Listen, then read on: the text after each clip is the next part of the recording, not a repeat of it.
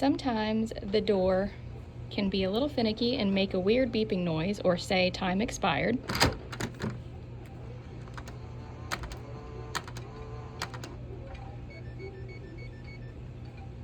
If that ever happens, there you go. If that ever happens, just retype the password in.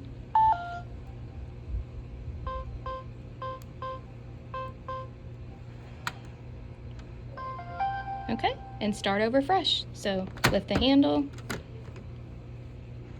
put your hand over, try again. It is locked.